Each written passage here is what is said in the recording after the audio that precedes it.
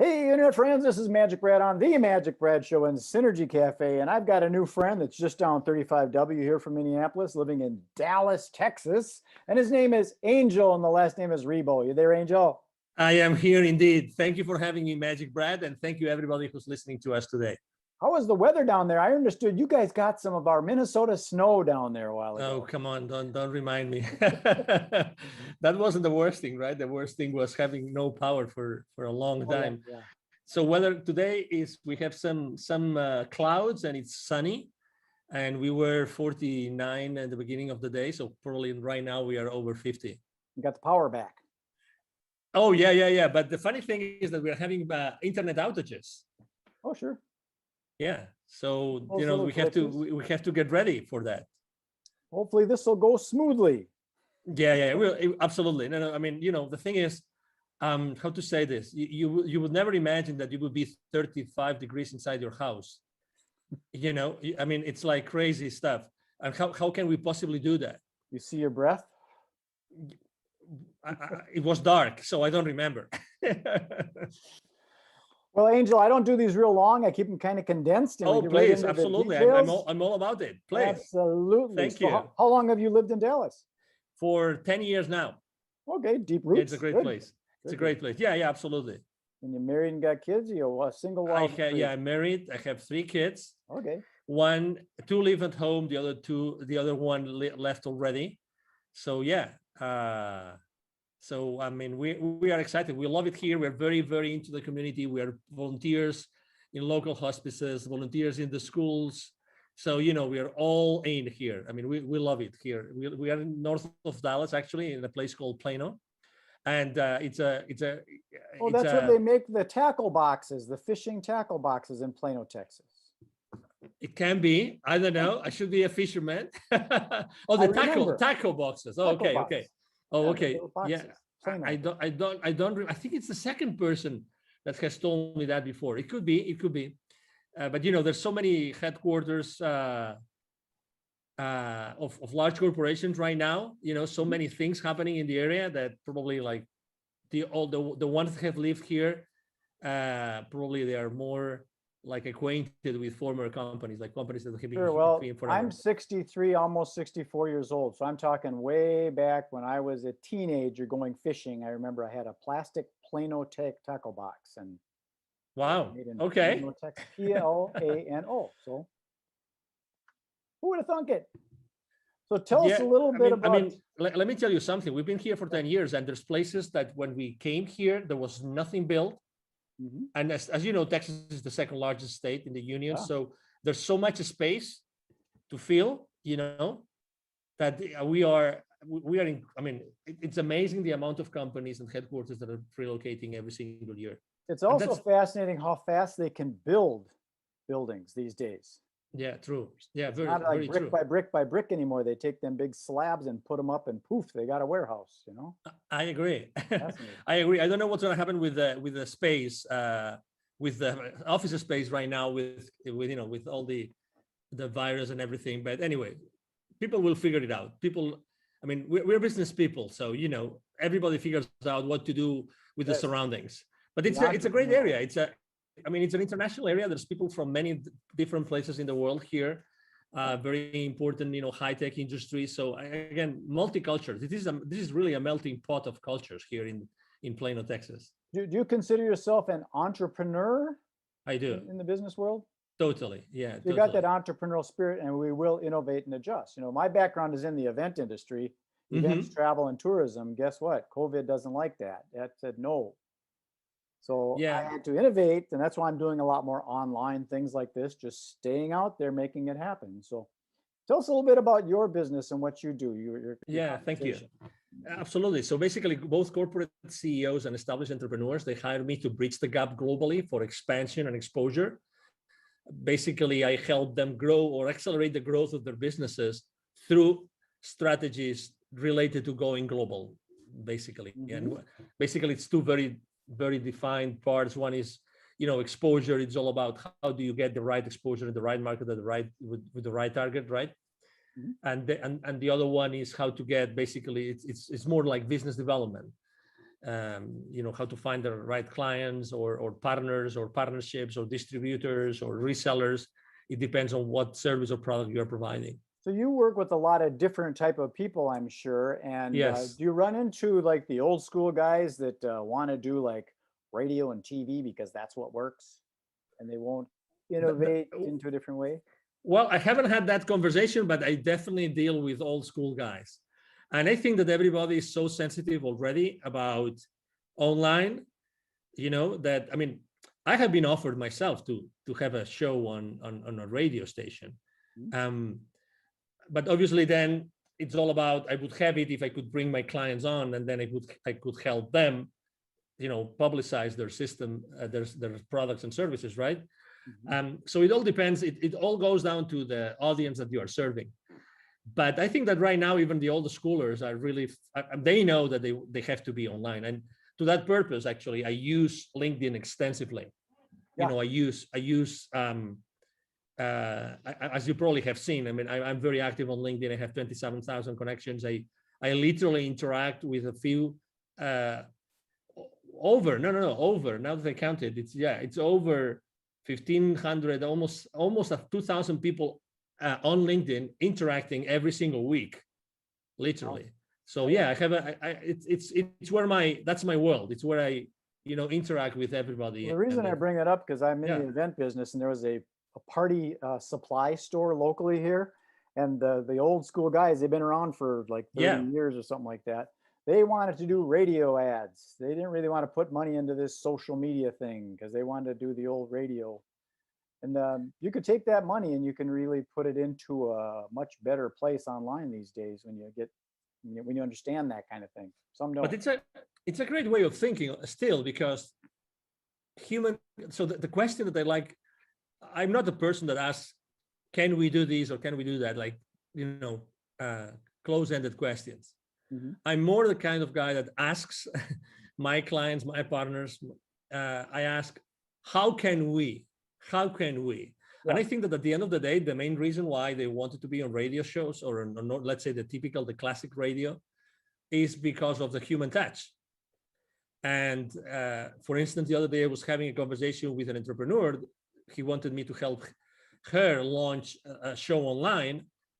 And actually we ended up thinking of how do we make this show online as the old radio shows in which people they would never miss the show. They already knew at what time it was every single week. Right. And they wanted to be there, and they wanted to make phone calls to the show and actually ask them questions live, these kind of things, and then the radio shows were many different things, but number one, they were informative, but more importantly, they would accompany you, right? They would be your buddies. You know what I mean? If you felt kind of alone or you didn't know what to do, you would go to those programs because you like the host or co-hosts, right? And it's a place where you wanted to be heard and you were curious about the questions of others. So if you realize this, it's like, how do you keep the human connection alive, having an online interaction? That's the question I'm answering myself for my clients every single day. That's exactly what I do. Yeah, it's the human engagement, and like you said, the Q&A kind of thing where you're actually talking and solving problems, and so it might be more applicable. So it's always good to ask those open-ended questions, the who, what, where, when, how, why, to get information in rather than saying this is the way it should be. Yes, sir. Exactly. Yeah. Are there any specific niches that you work in? Do you work in like that's a great question. Real estate? That's a great question. To be honest, historically, I was working with literally every single industry. Today, it's more related to the mindset of the owner, CEO, entrepreneur, more than to any industry. I really don't think there's any industry I have not worked. To be honest. So you prefer to work with the owner operator rather than going through the red tape of the committee and the board and all that kind of stuff? No, that's a great question again. No, I don't mind, because I'm good. I'm good physically. Let's say I like to have the face-to-face, Yeah. So that's where I am really, I mean, if I may say, right, humbly speaking, good at. I'm good at being face-to-face with people, talking to people, listening to people, and understanding what they want so that I can provide them with what they need. So to your question, I really like when there's a structure already in place, because that makes things easier. But Sure. that's for corporations, right? But I work a lot with entrepreneurs. So, it's all about the mindset of the person you're working with rather than the kind of company, either size or industry, really. Sure. Yeah, because sometimes people are concerned about their competition, Yeah. and maybe there is no competition. You're just in your own lane. Depends on how Yeah. fast you want to drive. But yeah, and that's one of the reasons why, for instance, last year here in the Dallas business arena, I was helping an accelerator with their entrepreneurs and startup owners. And we did a couple of webinars throughout the year, last year, about pivoting in times of crisis. And a lot of entrepreneurs, while pivoting, is like you are starting over your business, right? Somehow. So they were afraid of, oh, is there competition or there is no competition? I think that's the wrong question, very, very humbly speaking, okay? I think that's the wrong question. The thing is, I mean, do I really like what I'm going to do or to sell? Mm-hmm. Do I have the expertise? Is there an audience for this? And are they going to pay for it? If you're able to answer those 4 questions, then the competition really becomes irrelevant. Because Correct. If you're able to do yourself, you're able to do something better than the competition, if there's competition, then you're going to thrive. So the question is rather not if there's competition, is how can I differentiate myself? And again, I also believe that the same way I told you before that I don't pick like industries, or I don't pick company sizes, or profiles. I pick mindset. I think it's the exact same way. I think that even if you provide the same service as someone else, I think that you are going to be, there's still going to be an audience, because people will like you as opposed to someone else. You know what I mean? I agree. So let's say you and I, we both provide the same service. By nature, there's going to be people that naturally will be attracted to you, and other will be attracted to me. Sure. Just because of who you are, even because of your physical appearance, the way you speak, your accent.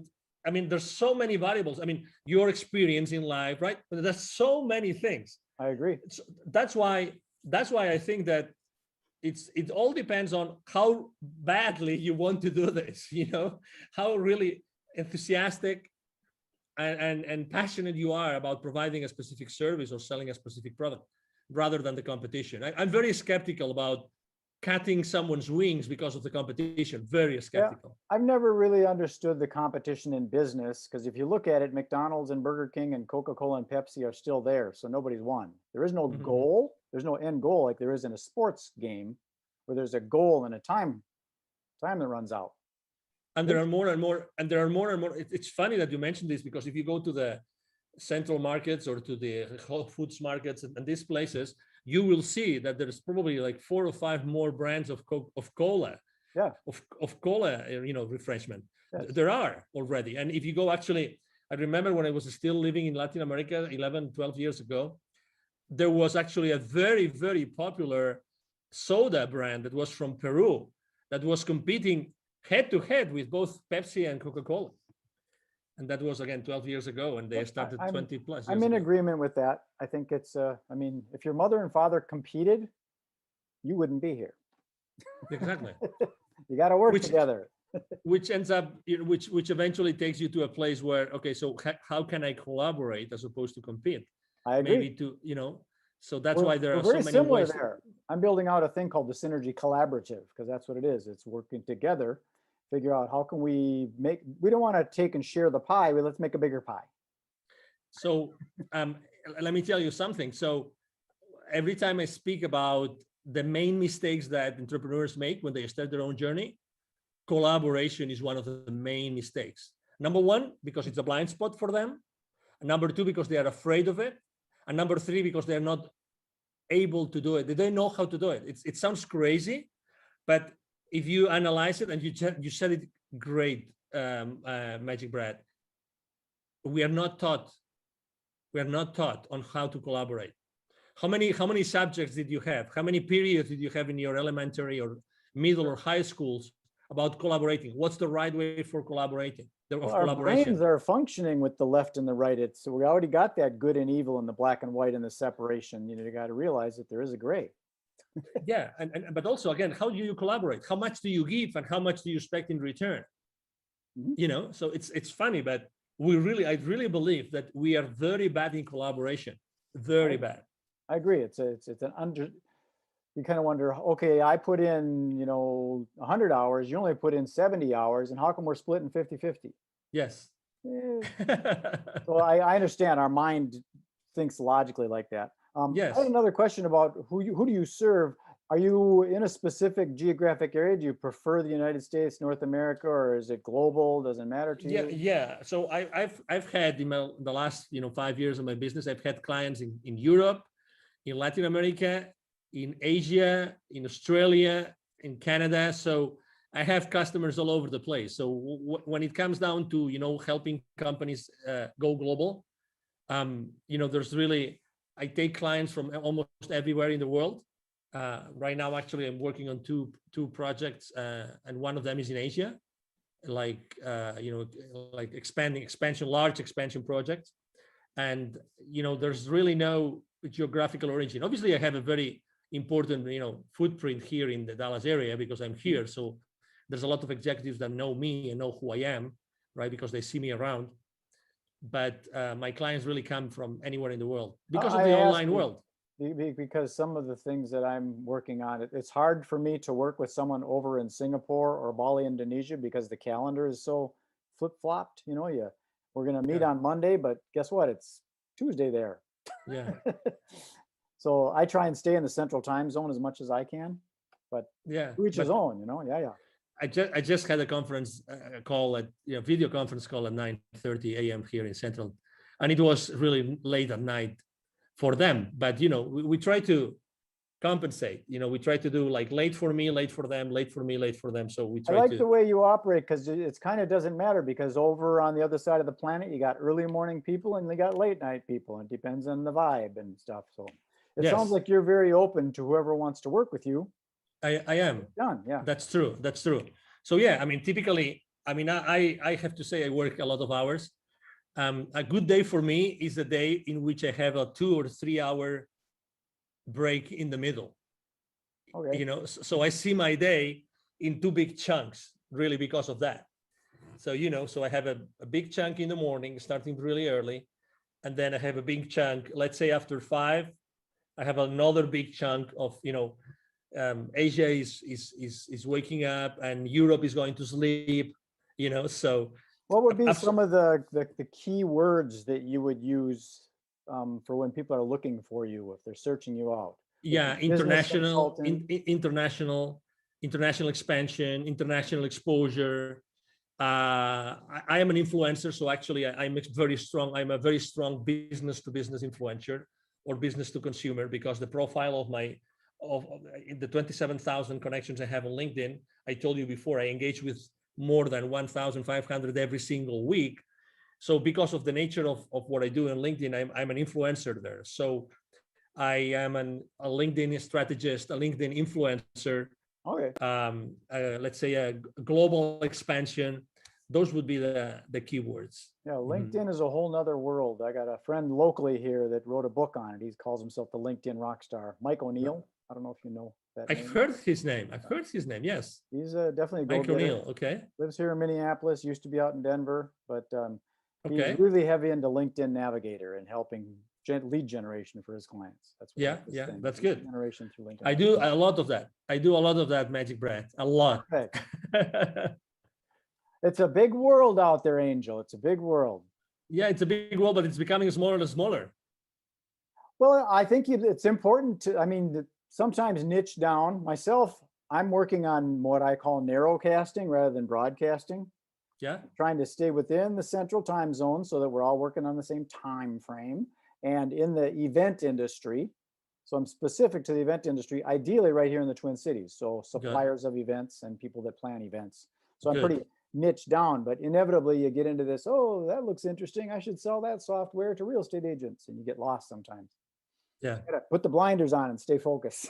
Yeah, I agree. I have a hard time with that. Yeah. So tell us, how do we get a hold of you if someone says, that sounds interesting, I want to expand my business globally? How do we get a hold of that angel guy? Thank you. Absolutely. So it's very easy. As I said before, I'm actually very active online. So it's going to be, if you Google my name, you will see all my social media outlets and posts every single day, every single day. Right here, Angel Ribo. Thank you. Yeah, that's my LinkedIn profile. Right Thank you. there. If it looks like that, that's where you go. Exactly. Thank you. So you can go to LinkedIn but the easiest way to reach out to me directly is through my email address. Every single day, I answer every single message. I have a team behind me. Otherwise, it wouldn't be possible. My email address is very simple. It's Angel, like my name, Angel from Heaven, right? ANGEL, and then at angelribo.com altogether. Angel Ribo, my last name is spelled like RIB as in boy O.com. Again, Angel at angelribo.com. That is easy. 4 letters, Ribo. Yeah, very easy. Very easy. Well, Angel, I'm going to sign this off and then beam it up to the you. universe and propagate it out to that Thank global you. international world. And we'll see if we can hook some fish. MagicBrad, it's been a pleasure to be here. Thank you for the opportunity to be, in front of your audience and to be able to have this conversation. I really liked it and enjoyed it. As you said, it's very natural. I think that it's people are really want to see or listen to authentic conversations with no hidden agendas nor anything, just being yourself and myself and being ourselves here, trying to inspire and everybody listening to us. Obviously, thank you very much for being with us today. I agree. I think a lot of the business gets closed on the golf course or, at the watering hole as opposed to in the seminar room. I agree. Okay, Angel, thank you very much. Be well. Thank you. You have a good day.